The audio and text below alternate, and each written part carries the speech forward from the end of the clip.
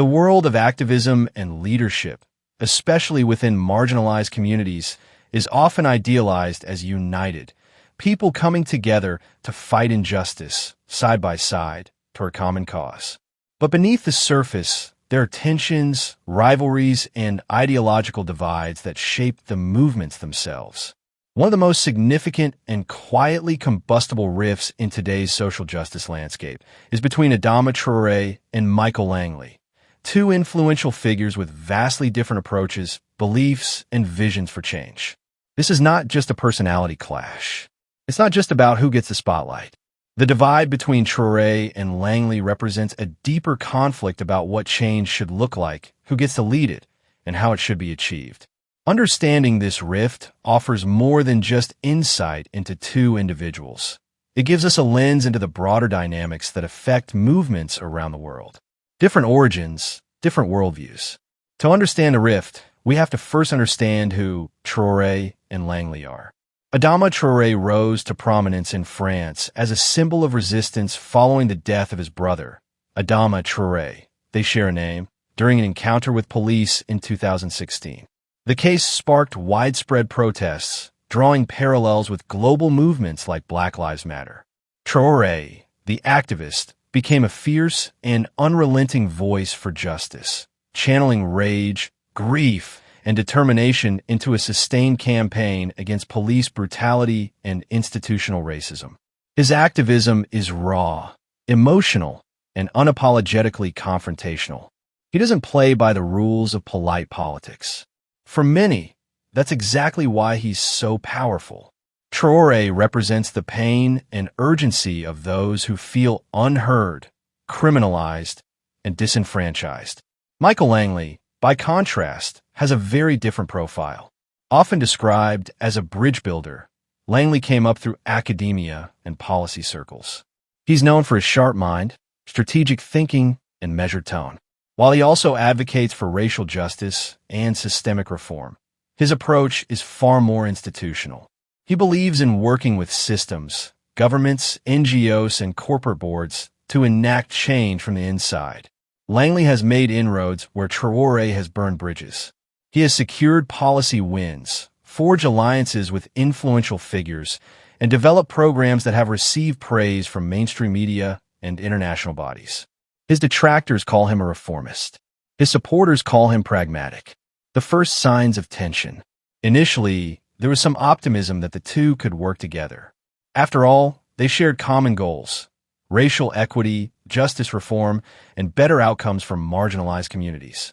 But cracks began to show when their methods collided. Traoré's speeches often included veiled criticisms of career activists and system players who, in his words, softened the truth for media attention and institutional approval.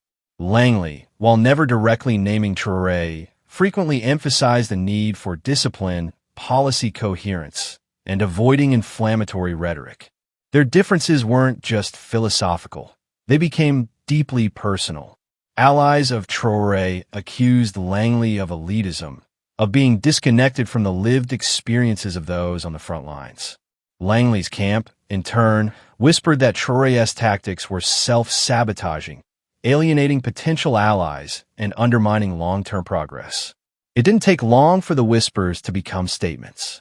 Publicly, the two men rarely mention each other, but behind closed doors, the rivalry is intense, competing for legitimacy.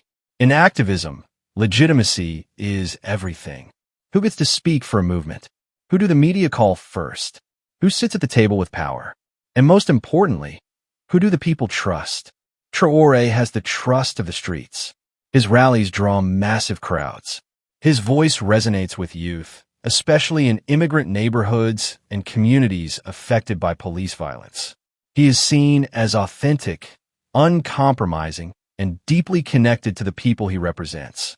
Langley, however, holds sway in corridors of power. His reports are cited by think tanks.